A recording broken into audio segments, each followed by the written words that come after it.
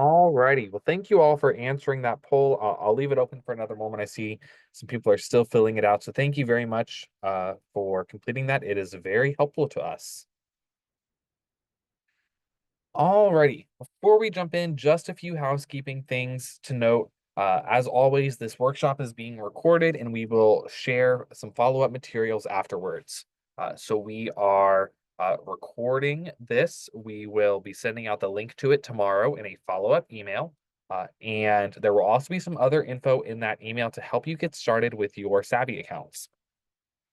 If you have any questions, please feel free to put those into the Q&A. I'm joined by some of my teammates who will be answering some of your questions directly. You can also view some of the other outstanding questions and even upvote them or comment on them. So feel free to see what some of your fellow borrowers are asking, upvote on ones that you would like to get answered, and we are going to do our best to hit those most common ones. And then finally, if you need to use closed captions, I am sending a link in the chat with instructions on how you can turn those on.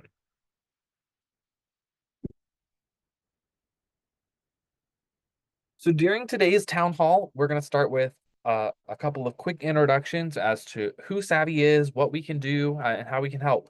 We're then going to spend the majority of our time talking about what is on the horizon for student loans in 2025. Talking about some of the most important policy updates that are impacting borrowers and what you should know about student loans. We will wrap up then with a couple of steps that you can take right now to be proactive about your loans and showing you how you can get started with your Savi benefit account.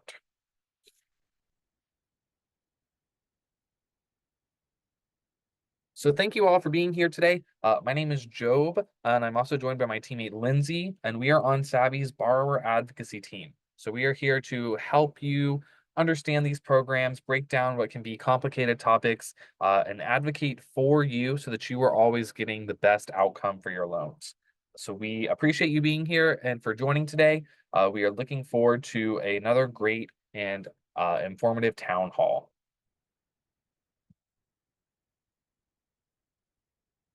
For those of you, maybe this is your first time hearing about Savi or joining one of these workshops, the first thing we like for you to know is that you are our top priority. So although we're here to help with your student loans with finding repayment and forgiveness options, we want to make sure that we are putting you as the borrower first. We like to say that we serve student loan borrowers, not student loans. We also have insider info that helps us to do just that. Our team has over 2 decades of expertise. Many of us are also student loan borrowers ourselves. I have student loans of my own. Lindsay does as well. So we know firsthand what it's like to have those loans. We know what it's like as a borrower, and that firsthand experience really helps us to better serve you. And finally, saving has never been easier than it is with Savi because we can help you explore personalized repayment and forgiveness options that are tailored to your unique situation.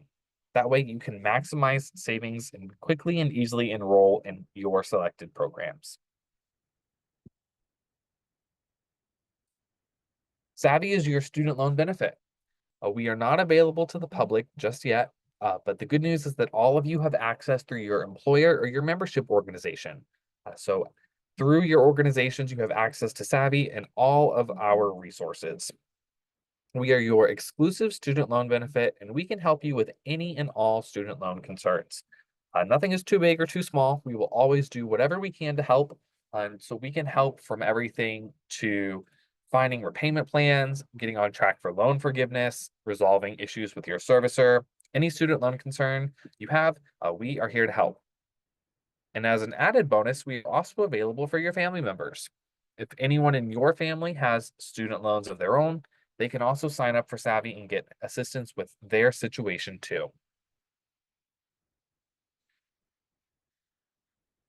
Alrighty, so enough with introductions. Let's jump into the topic of the hour, which is everything that is on the horizon for student loans in 2025. We'll be talking about some of the most important updates, what a new presidential administration means for student loans, and giving you the most important things that you need to know as we head into the new year. Now, before I jump into some of the other topics, this is one of the most sort of pressing concerns borrowers have. It's what they have the most questions about. So before we jump into everything else, I want to take a moment to give you an update on the Save repayment plan.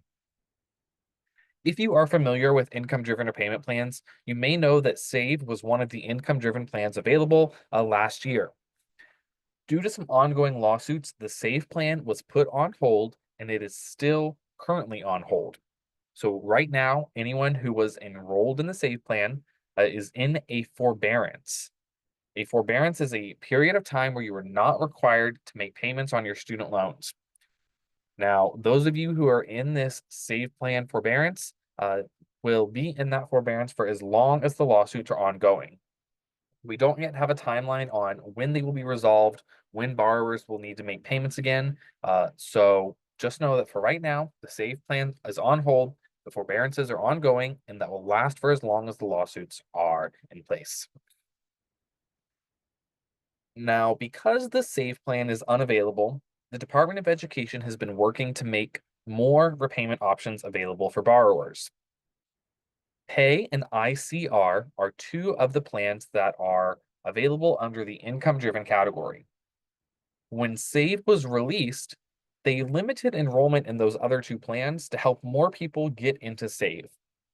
Well, now that SAVE is unavailable, they have expanded eligibility again, so borrowers can now enroll in Pay or ICR again if they would like to do so. This way, borrowers have as many repayment options as possible while SAVE is off the table. Now, as I mentioned, borrowers who enrolled in SAVE last year were put into forbearance. So if you enrolled in the SAVE plan previously, your payment is paused. You are not required to make payments while these lawsuits are ongoing. There is really not any clear guidance yet on how everything is going to shake out. So the forbearances are expected to last through the summer, but this is subject to change. Now, an important note, the SAVE forbearances that you're in, you're not required to make your payments, but you're not earning progress towards forgiveness. So those of you who are pursuing PSLF, time in the SAVE forbearance is not counting towards forgiveness. There is a way to retroactively get credit for it, which we will talk about later in the workshop. Now, the last thing to note about the current status of these income-driven plans is if you are enrolling or if you are switching your plan, you should expect application delays. Servicers had paused the processing of applications for several months while they were responding to the lawsuits. This left them with an enormous backlog of applications to get to. So they are working through them as quickly as possible, but it is taking much longer than usual to process applications. So if you submit an application to enroll or switch your plan, be prepared to sit tight and wait longer than normal to get those results.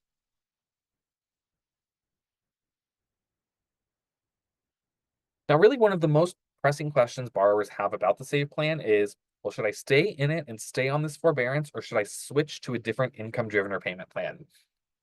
I wish there was a one-size-fits-all solution, but just like with all of student loans, there isn't a simple yes or no answer because the reality is it depends on your situation. The best option is going to vary from borrower to borrower. So your best option depends on your unique circumstances. Sort of to give a kind of general insight, though, as we mentioned, the SAVE forbearances are expected to last through the summer, and there are many borrowers who want to take advantage of not making these payments. They want to have their payment paused for as long as possible, and there's nothing wrong with that. On the other hand, though, there are borrowers that are working towards forgiveness that are not currently earning progress. They are concerned about delaying that forgiveness date and they want to start earning progress again. So it sort of shakes out into the two options. If you want to take advantage of not making your payments right now, you can stay in these forbearances. There's no penalty to doing that, and your payment will stay paused for as long as these lawsuits are ongoing. Now, if you want to start earning progress again, maybe you'd prefer to make your payments and keep paying down those loan balances, you do have the ability to switch to a different income-driven repayment plan. Ultimately, the best decision varies from borrower to borrower. So if you are considering either switching out of Save, staying in it, you're not sure what you should do, you can use Savi to determine your best course of action. Your Savi account can show you what your repayment would be under different repayment plans, your timeline to forgiveness so that you know how far off it is, and help you make that decision on whether to stay and save or switch to a different plan.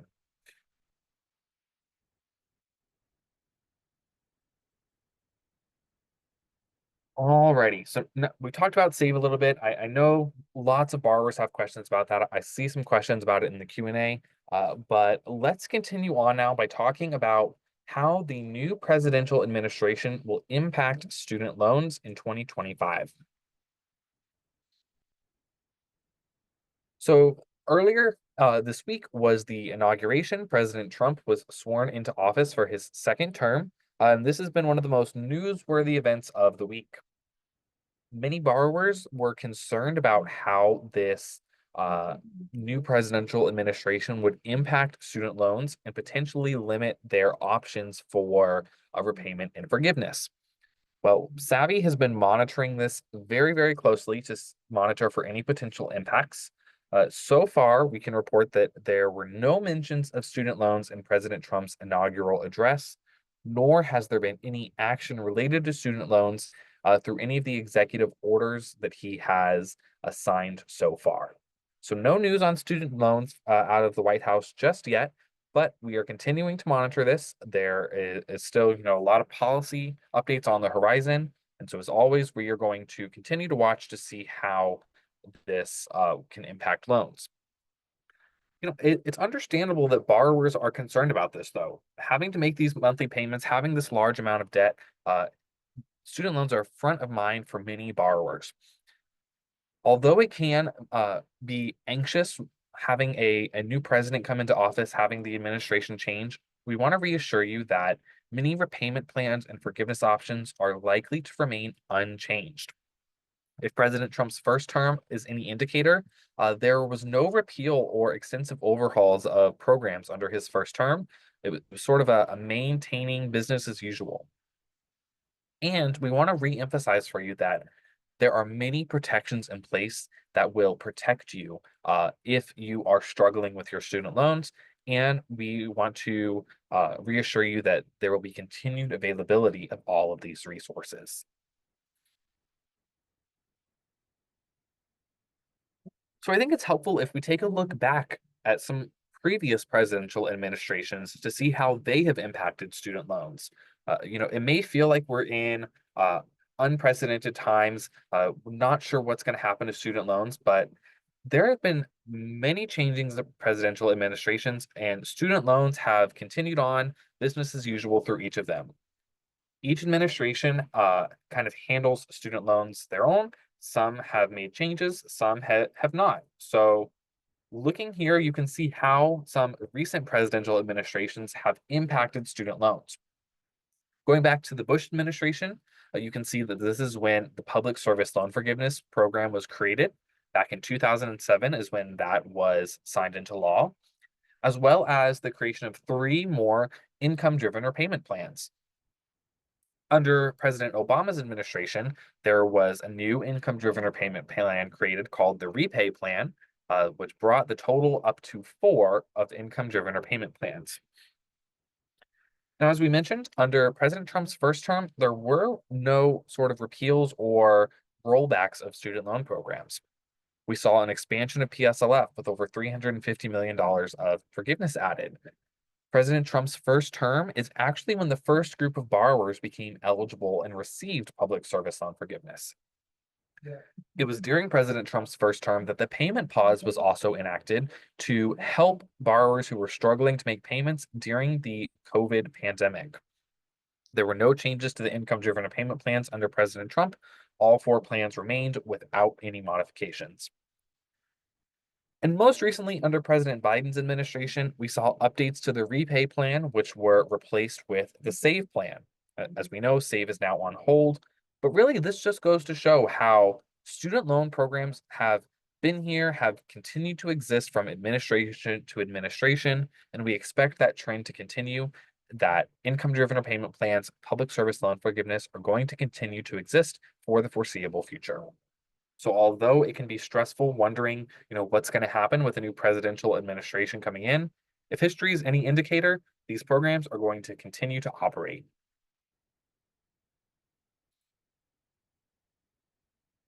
And that brings us to our next point, which is talking about how student loan changes are made.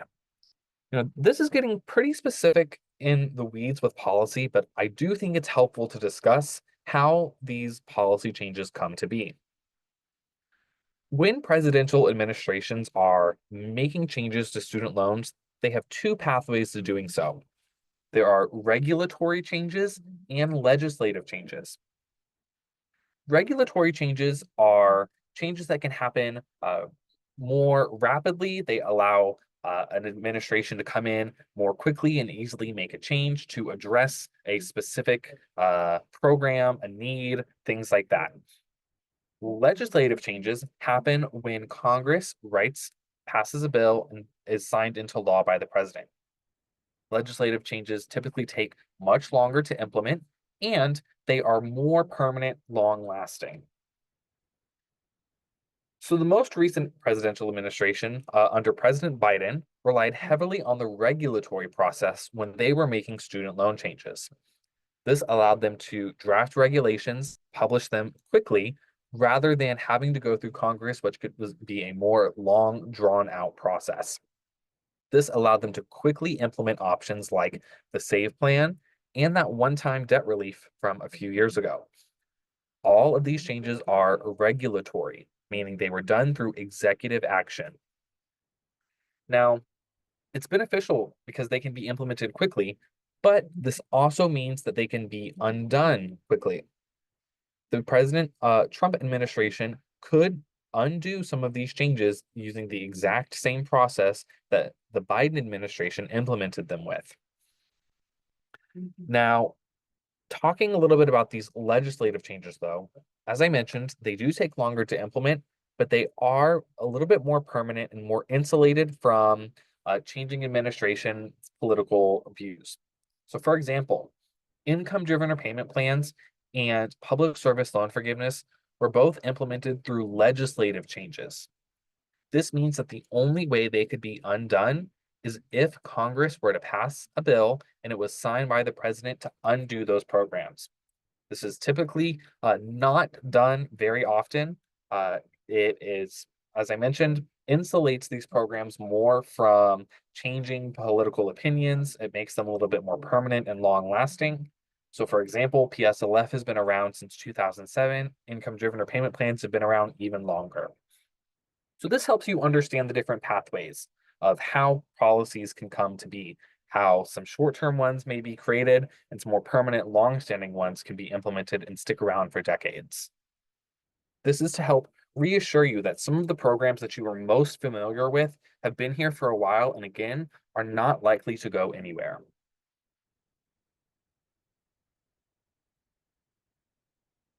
It's also helpful to think about uh, when you're viewing these changes, what's a policy change and what's a practical change? We've discussed a little bit of policies that could change, and we're going to discuss a couple of more, but there's also practical considerations that you should take in effect. Or so for a policy change, this is updating regulations or laws that impact programs. Practical changes can impact the implementation and the operation of these. So while policy updates take longer to implement, they may be a little bit slower moving. Practical changes can be done quickly that can make programs more effective. So to give a real world example of this, when the first group of borrowers became eligible for PSLF under President Trump's first term, the initial rejection rate was 99%. It was an effective policy because it created the PSLF program to provide forgiveness, but practically, it wasn't very successful because it had such a high denial rate. The limited PSLF waiver was a practical change that helped address this by helping more borrowers become eligible. All this to say, even if there are not any major policy changes to the eligibility of programs, new programs being announced, there may be practical changes that can impact how these programs operate, whether it is the method of how a servicer collects payments, whether it's which servicer is managing a program, things like that. Practical changes may still happen that can uh, impact how successful these programs are. All this to say, Savi will be monitoring for both policy and practical changes to keep you up to date on all things student loans, letting you know what changes are happening, what is business as usual, so that you can see the full picture, know exactly what's going on, and know that you're staying on top of your student loans.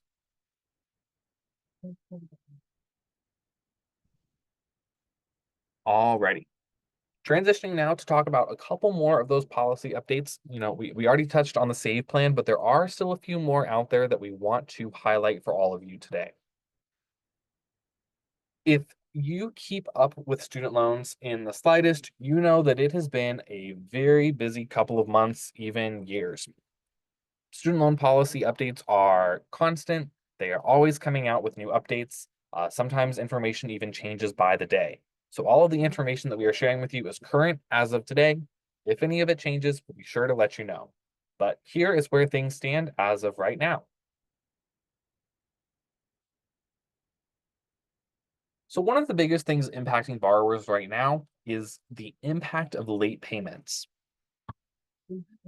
After the COVID payment pause ended, there was a 12-month period of protections to help borrowers resume their monthly payments. This was called the on-ramp to repayment. It was a safety net that provided a shield for borrowers from penalties if they did not make their monthly payment.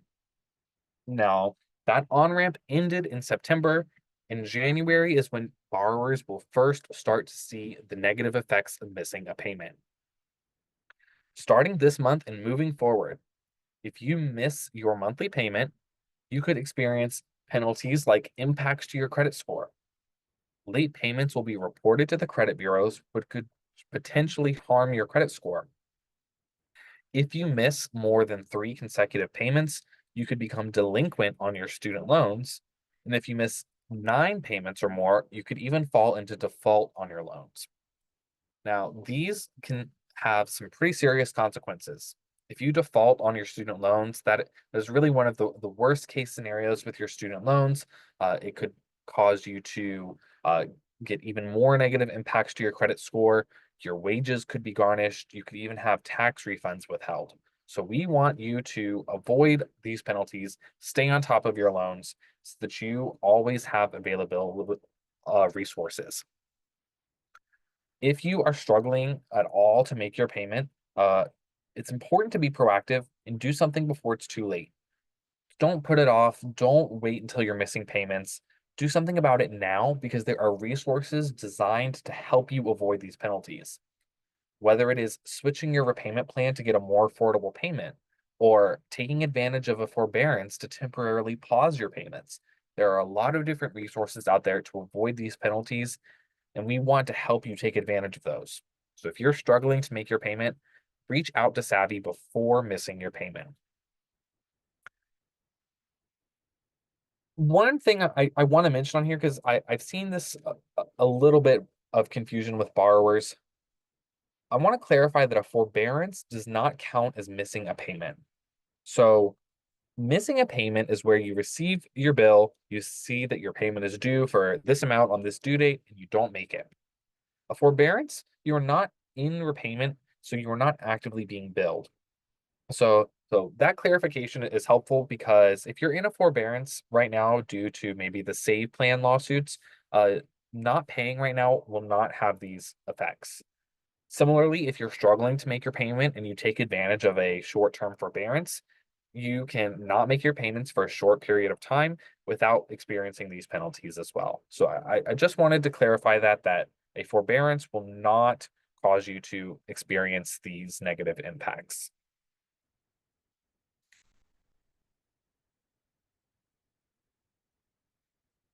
Another update for you are the one-time account adjustments. We have been talking about these adjustments here at Savi for quite some time, and we are excited that they are being wrapped up. So these were first announced over 2 years ago, and finally the Department of Education is close to finishing them up. What these adjustments were doing were giving you credit for past payments that did not previously qualify. Giving you credit for them would put you closer to the finish line for forgiveness. So, as they are closer and closer to finishing up these adjustments, they have released a new tracker available on the studentaid.gov website. You can sign in, see your progress towards forgiveness to know how many payments you have and still need. If you are not familiar with the student aid website or you're more comfortable using Savi, you can also use Savi to do this to have that all in one place. We can also show you your progress towards forgiveness, how long you have left, how much left you have to pay, all of that sort of information. So as I mentioned, they adjustments were done to put you closer to the finish line for forgiveness. They are primarily to help with income-driven forgiveness, so every borrower's accounts are being updated to help with that. But those of you pursuing PSLF can also benefit by submitting an employment certification form. Now, the adjustments are close to being done. We expect them to be completed very soon, so some borrowers may still see some last updates on their accounts over the next couple of weeks.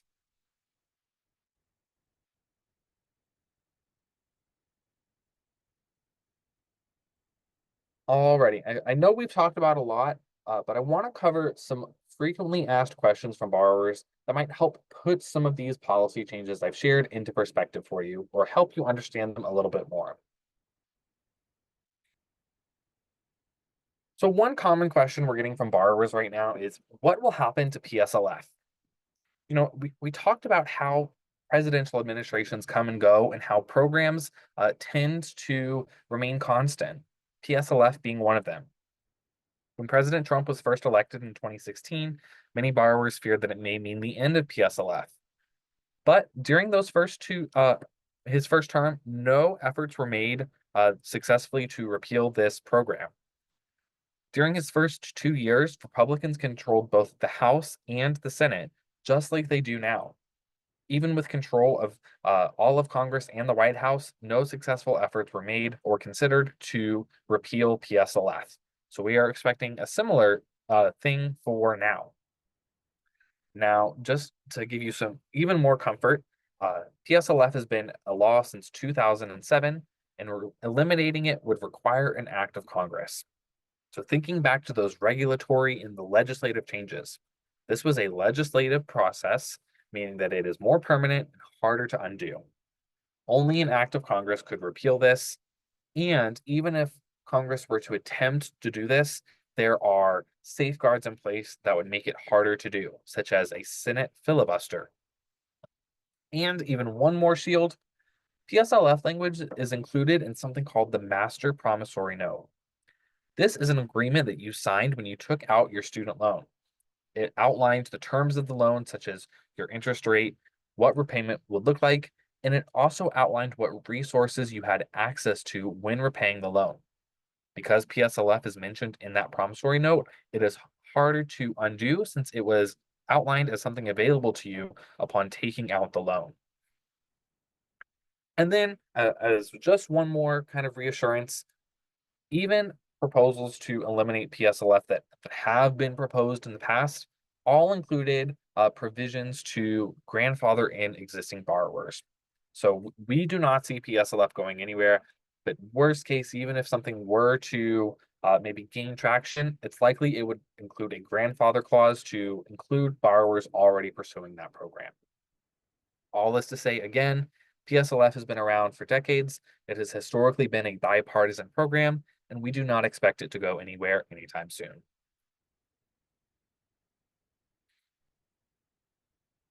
Similarly to that, will income-driven plans go away?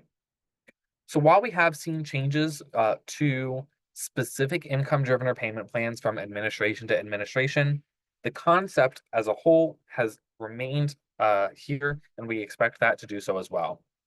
While unfortunately the SAVE plan is on hold and it's likely the SAVE plan will go away, we foresee there being access to at least one or more income-driven repayment plans in the future.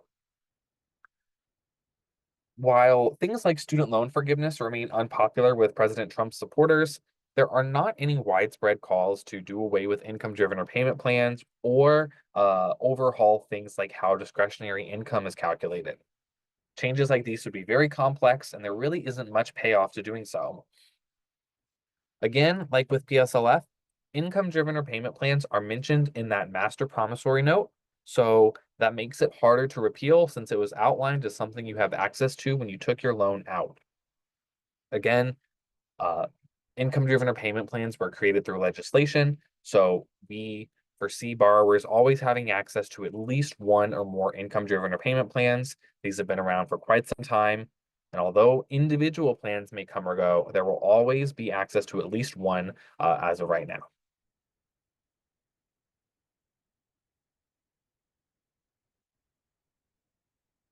Now, this last one is a little bit more hypothetical, but it is something borrowers are questioning, so I want to address it. Back during the election season, there were some musings from some supporters of President Trump on abolishing the Department of Education. Uh, President Trump has not specifically taken a stance on this. This has just been something that's kind of been in the conversation that we feel it's important to address and reassure all of you. Will the Department of Education be abolished? What's the likelihood of that happening? In short, it's not likely at all.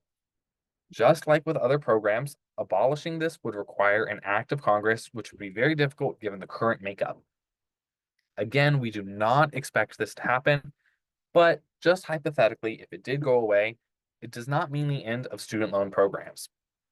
Really, what would happen is it would be broken up in programs that are under the Department of Education would be transferred to new departments.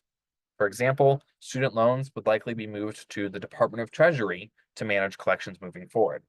So although it sounds scary, the Department of Education being abolished, really these programs would just be transferred to new jurisdictions if this were to happen.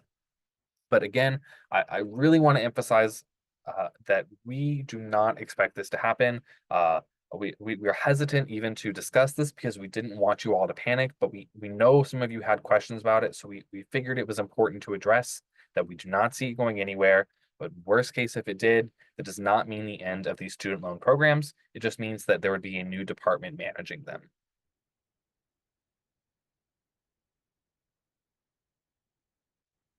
And another one that borrowers have been very interested in lately, how does the PSLF buyback work? With these save forbearances, this time is not currently counting towards forgiveness for PSLF. Borrowers are wanting to count this time for forgiveness, and one way to do that is through the PSLF buyback.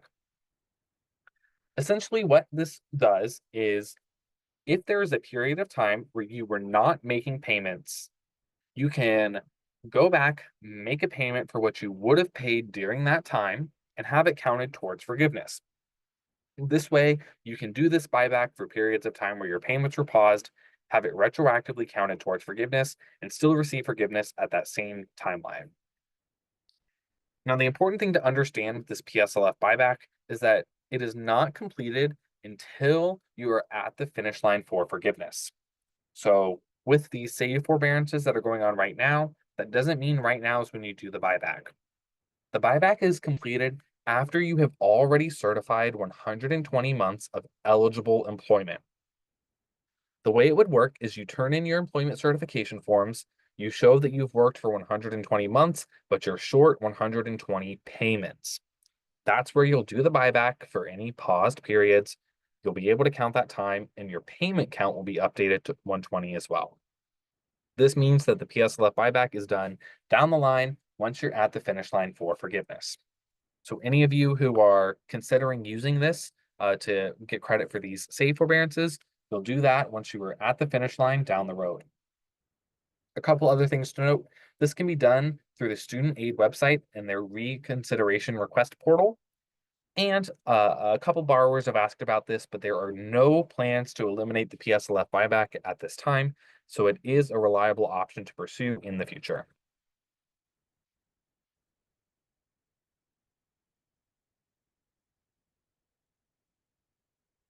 Alrighty, and I know we've talked about so much. We really just touched the surface on student loans, on everything out there. We could talk for hours about it, but we want to sort of wrap up with some final thoughts on the most important takeaways and what you can do as a borrower to stay proactive this year. If we have one piece of advice, the biggest piece would be be proactive. We have talked about, what is happening right now, what we expect to happen, but we don't yet know what the future holds.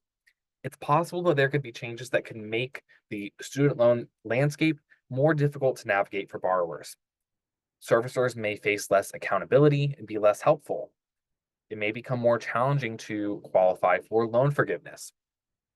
In environments like this, you have to be proactive. So if you're working towards loan forgiveness, if you are trying to pursue these programs or enroll, make sure you understand all the requirements. We encourage you to keep detailed records. So download copies of your monthly statements from your servicer. Keep records of emails or communications with them. If you give them a call, feel free to take notes. Write down what they tell you. Worst case, you never need these. But if something were to happen, it's always better to have these detailed notes to fall back on. You may never need them, but they could prove helpful in the future. And stay up to date. Don't ignore the student loan news. It can be very tempting to want to unplug, disengage from the politics of it all. This week has been a very uh, heavy news week with a lot of different news lines, news coming at you from all directions. It can be overwhelming, and you may want to just unplug, block it all out. But given the challenges that borrowers could face, and given these real world impacts of missing out on your student loans, it's important that you do not miss major developments. Now, to help you with keeping up with all this, know that Savi is on your side. So, yes, this may be a challenging environment. This may be a lot to juggle, but you do not have to go through it alone. Savi is here to monitor every aspect of the student loan system, monitoring policy updates, monitoring practical updates, implementation, anything related to student loans. We are watching it, and we are going to let you know if something impacts you. We do this through a variety of methods. We send policy updates via email, so we send out regular communications that way. We host town halls just like this, so we have a couple different ways that you can stay in contact with us. We also want to reassure you that, again, we say that we are here to serve student loan borrowers, so we are here advocating for you, working to ensure that you will have access to these repayment and forgiveness options. We have previously worked with advocacy groups. We keep up with the space to know what's going on. We try to make our tools as easy and straightforward to use as possible. So we are here, we're working for you, and we want to always make sure that you have access to these resources. If there are any changes, if anything happens that could impact you, we'll be sure to notify you. If you are wanting a more detailed sort of level of monitoring, you can sync your loans with your Savi account and enroll in our Essential or our Pro plan. That allows us to monitor your loans, identify if you are potentially impacted, and notify you. So that's an extra step you can take to sort of stay on top of your loans, is sync them with your Savi account. And then if you ever do have any questions, this is what we're here for, is to help you. So you can reach out to our support team for one-on-one help, and that is a feature of the Essential or Pro plan. So Essential and Pro members, if you ever have any questions, you can reach out, send us a message, give us a call, and we would be more than happy to do whatever we can to help.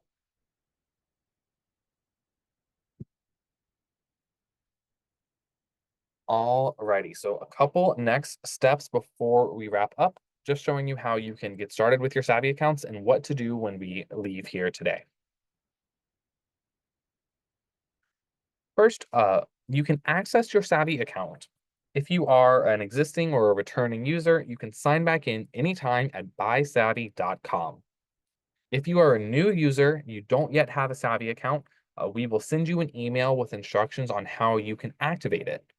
You'll be able to activate your account by setting a password and following the instructions in that email. So existing users sign back in anytime. New users, check your email after we wrap up.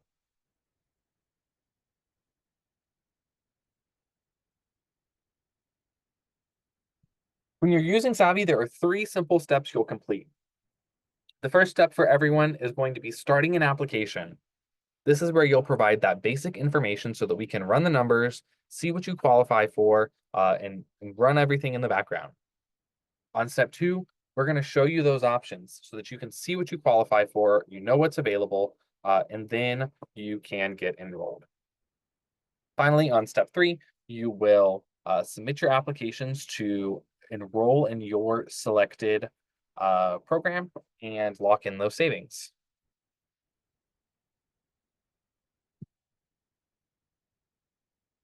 When you are enrolling in those programs as part of that step 2 and step 3, here's what that looks like.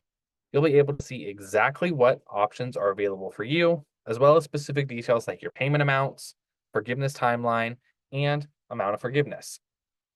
Depending on which plan you're selecting, you'll then be driven to create the applications for your program, whether you're enrolling in an income driven or payment plan or working to get your employers to sign your employment certification forms for PSLF. The Savi application will automatically guide you to completing any necessary forms. As an added bonus, you can complete these forms digitally within your Savi account, and that is a feature exclusive to our Essential or our Pro plans.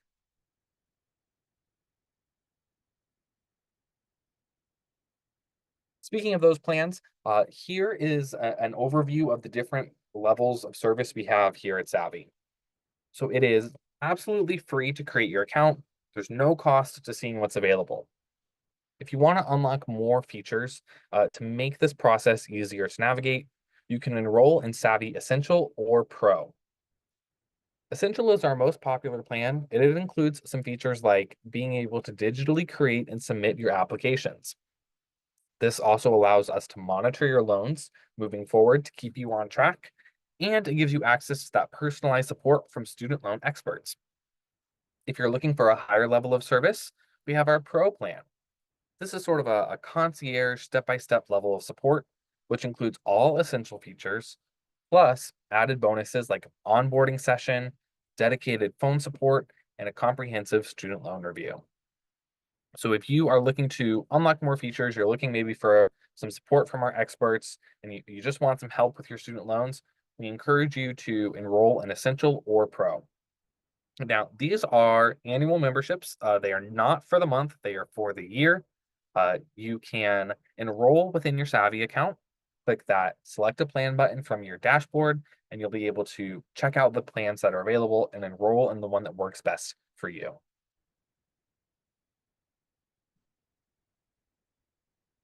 If at any time you ever have questions, do not hesitate to reach out to our support team. Again, this is why we're here. We are here to help you. We do not want you to get stuck or struggle on your own. So if there's anything that we can do to help, please let us know. You can click contact support from any page of Savi's website to access resources. We have our help center, which includes articles on common student loan topics, frequently asked questions, and even videos that show you how to use our website. If you are an Essential or a Pro member, you'll be able to contact our support team and get one-on-one help with your situation. You can send us a message. We have a live chat feature where you can chat real time with our student loan experts. If you're a Pro member, you can even book calls directly with our team. So don't hesitate to let us know if we can help.